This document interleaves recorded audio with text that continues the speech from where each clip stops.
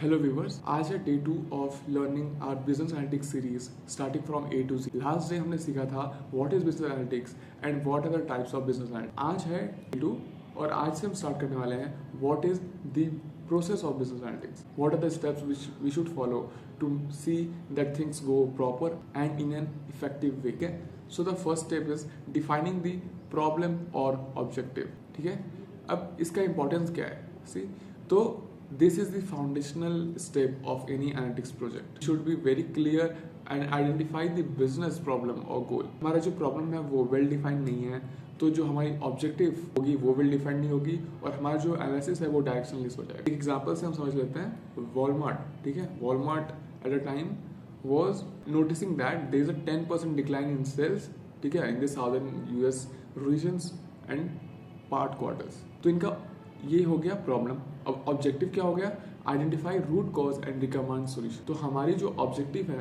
वो सिर्फ इतनी है कि रूट कॉज फाइंड करना है, ठीक है, और हमें उसके लिए रिकमेंड करना है कि क्या चेंजेस करे जा सकते हैं ताकि जो प्रॉब्लम है वो सॉल्व हो जाए। Going to the next slide. Next we have key questions, what should we be asking? First question is what is the business trying to achieve?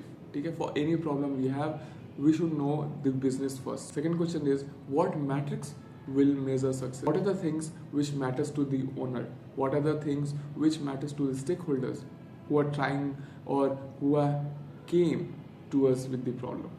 And third question is who are the stakeholders, what is their background, what they want, their need actually। ठीक है, so all these key questions define the need of the business or the stakeholder। common mistakes क्या हो जाती हैं? first is as I said clear problem identification होना चाहिए। so vague objectives, we should not put vague objectives like हमें sales बढ़ानी है, हमें stocks बढ़ाने हैं, ठीक है, हमें अपने HR मैनेजमेंट सही करनी है। we should go with numbers to get it properly, like sales by 8%, HR by 20 numbers or 10-20%, ठीक है, like that। and जो stakeholder के inputs हैं हमें उसे भी note down करना चाहिए। I know it's not related it with financial analysis, but yeah, somewhere it will help you learning your objective and clarifying your goals। The second step in the process of business analytics is collect and prepare data। ठीक है, so now we have a problem, we have objective। Now next what we can have is gathering and preparation of data। so what it means, gather relevant data, ठीक है, from the sources like internal or external, doesn't matter, because it should be obviously related to the problem and the objective we want to go through, ठीक है, and then clarify and clean the data to analyze। this is the second process। so collection of data from different sources, it may be internal or external, then cleaning the data for the analyst. अब example हम Walmart का ही लिख चलते हैं। अब उनका जो प्रॉब्लम स्टेटमेंट था कि 10% डिक्लाइन सेल्स उन्होंने देखा और ऑब्जेक्टिव उन्होंने क्या चूज करा कि the root cause to sale drop, ठीक है, एंड जो हमारी रूट कॉज है उसको फाइंड करेंगे और स्ट्रेटेजी रिकमेंड करनी है। तो उसमें हमारा कलेक्शन डेटा कहाँ से हो जाएगा, इंटरनल हो जाएगा, sales transactions, sales transaction, inventory, customer demographics, what is the customer persona, what is the customer people, who are the people who are using the product। so they got this internal and external what they got is competitor pricing। Walmart के जो competitors है उनकी क्या pricing चल रही है या कोई प्राइसिंग स्ट्रेटेजी में इशू है या फिर what are the economic indicators which are helping to place this product in the overall। will go to our so what are the steps to collect and prepare data, ठीक है।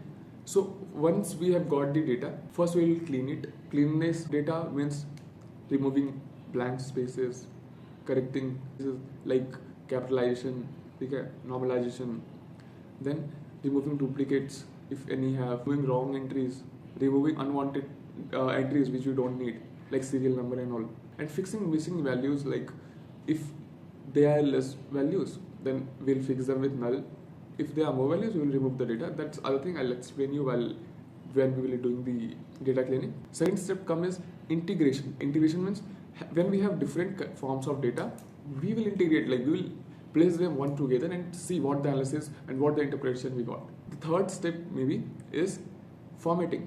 so for data cleaning we have some format set, we have some standard rules जो कि सभी को follow करना होता है ताकि it helps us being transparent and understandable to other out stakeholders, ठीक है। अब टूल्स एंड टेक्निक्स क्या क्या हम यूज कर सकते हैं इसमें?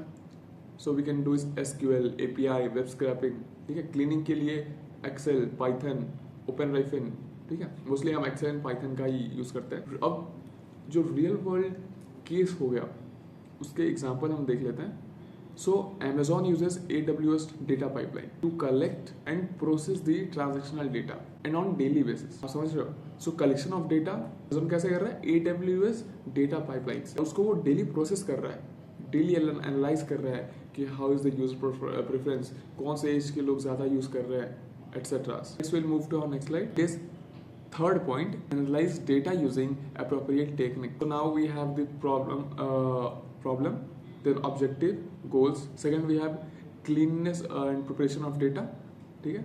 Third we are having is analyze data, ठीक है। अब हमें डेटा को एनालाइज करना है यूजिंग अप्रोप्रिएट टेक्निक्स, मतलब different method, software, whatever we can use. तो statistical, quantitative, machine learning methods, ठीक है, इन सब का हम यूज करते हैं to identify trends, patterns between the data. This is all about what is analyzing data using appropriate technique. So using of statistical, quantitative, machine learning methods to uncover patterns, correlations and trends. That's all. ठीक है। अब हम Walmart example को ही आगे ले चलते हैं, ठीक है। अब उन्होंने डायनेस्टिक एनालिसिस करा, how by comparing the sales by region, correlating with competitors promotions, ठीक है, प्राइसिंग वाली स्ट्रैटेजी देखी थी ना हमने।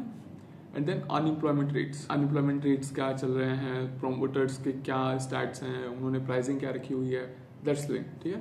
Second what we did is predictive analysis, ठीक है।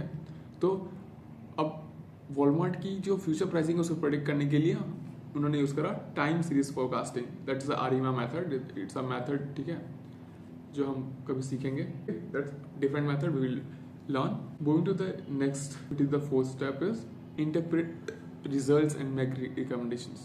Now after the analysis of the data, ठीक है, आपके पास कोई ट्रेंड पता चला, आपको कोई पैटर्न पता चला, so next step is to interpret results and make recommendations. What are the recommendations you are doing, ठीक है, what are the things stakeholder can do to save their product, to make it from downfall to upgrade product, to from loss to profit product. So this can be defined as translating technical findings into actionable business insight. Simplest explanation, okay? Technical findings into actionable business insights. That's all. Now example to Walmart only, ठीक है। अब उनकी findings क्या आई थी कि जो sales drop due to target 20%, ठीक है, discounts and rising unemployment by 5%। तो सेल ड्रॉप्ड हुआ क्योंकि जो उनका टारगेट था वो 20% चेंज हो गया था, और जो डिस्काउंट रेट्स थे और अनएम्प्लॉयमेंट थी वो 5% से इंक्रीज हो गई थी, ठीक है। रिकमेंडेशंस क्या क्या की गई कि launch a targeted promotion in the south, ठीक है, क्योंकि साउदर्न यूएसए में ही ये प्रॉब्लम आई थी, तो वहाँ पे एक टारगेट प्रमोशन करने की कोशिश की गई। Target promotion means making a proper document, making a proper persona of the customer whom you want to sell. And a second recommendation was adjust inventory to prevent overstocking. हमारी overstocking वाली issue है, उसको solve करने के लिए हमें stocking की analysis करनी पड़ी, ठीक है, और inventory को adjust करना पड़ा, ठीक है। अब इसके लिए ये skills क्या needed हो सकती है is avoid confirmation bias, critical thinking, ठीक है। You have to totally depend on data, what are the facts you have, not on what people are saying. And the communication, you should have that capability to clarify and fetch out the data from any conversation. Moving to the next step, we have implementing solutions and monitor outcomes. This is also a part in business analytics process. It means executing the recommended strategies, जो हमने strategies बताई वो stakeholder को execute करना है, and we have to track the impact कि उसका क्या business में impact आया, सही आया, अगर business is happy, if stakeholders are happy, then it's going good, ठीक है। If numbers are not going good, then we need to change the strategies. The main motive of monitoring the analysis, ठीक है। How we will do this? We can use feedback loops using it, ठीक है। For example, Walmart ने की monitoring पे क्या पता चला कि he launched South Saving Week with some 50% discounts, ठीक है। Then monitoring में हमने monitor करा track sales, ठीक है, customer footfall, inventory turnovers, ठीक है, that's all. These are the monitoring we got, and the adjustments what was yet to do is conduct customer service if sales doesn't improve. That was a add-on which you can. So अब tools क्या क्या use हुए, tools भी तो use हुए होंगे.